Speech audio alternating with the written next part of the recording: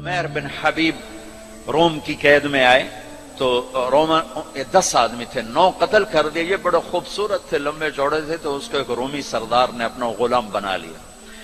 پھر اس نے کہا کہ اگر تو عیسائی ہو جائے تو میں اپنی بیٹی بھی دیتا ہوں، اپنی ریاست بھی دیتا ہوں. تو انہوں نے فرمایا کہ سارا ملک عرب بھی دے دے اور ملک روم بھی دے دے، میں ایک پل کے لیے بھی اپنا دین نہیں چھوڑ سکتا. پھر اس کو ایک ترکیب سوچی. اس نے ایک گھر پورا خوبصورت فرنشڈ، اس میں ان کو بند کر دیا اور شراب بھی رکھ دی، کھانا بھی رکھ دیا.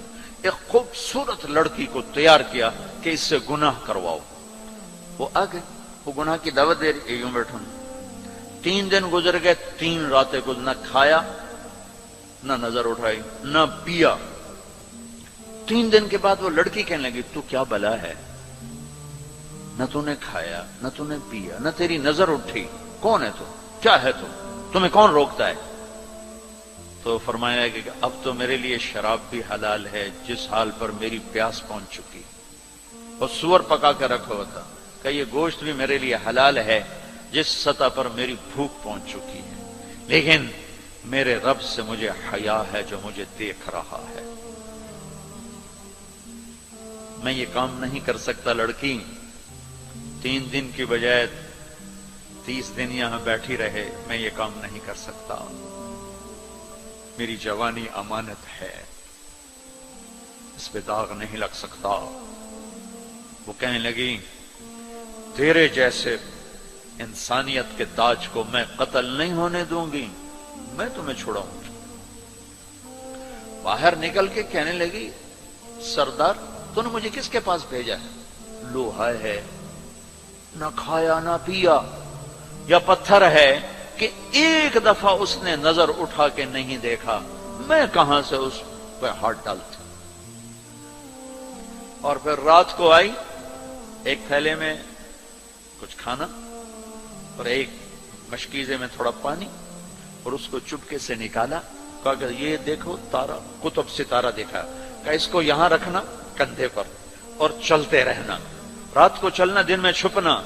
اگر اس کو تم نے اس سیدھے کندھے کے ساتھ رکھا تو ایک دن تم عراق پہنچ جاؤ گے. یہ کردار تھا جس نے صحرا نشینوں کو کیسر اور کسرا کے اوپر جھنڈے گاڑنے کی طاقت عطا فرمائی، توفیق عطا فرمائی اور قوت اور قدرت دی. اپنی 24 گھنٹے کی زندگی میں تمہاری ہاسٹل لائف ہے، پارٹیاں نہ بنو. میرے دیش کو مذہبی نفرت نے بھی برباد کیا ہے اور سیاسی نفرتوں نے بھی برباد کیا ہے. سارا ملک زوال کا شکار ہے. میں سیاستدانوں کا صرف گلہ نہیں کرتا ہوں، میرا تو ریڑھی پہ سیب بیچنے والا بھی بددیانت ہے، خائن ہے. تو میں سیاستدانوں کا گلہ کیا کروں، میں افسران کا، بیوروکریسی کا رونا کیا رہوں. ہمارا تو چپڑاسی بھی بددیانت ہے. اللہ اس کے رسول کی غلامی کو ڈھونڈو. مذہبی نفرتوں کا شکار مت ہو.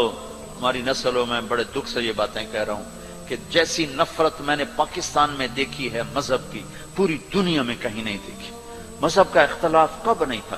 میرے نبی کی موجودگی میں صحابہ میں اختلاف تھا، نبی کی موجودگی میں اختلاف تھا. اختلاف ختم ہی نہیں ہو سکتا. محبت کرنا سیکھو، محبت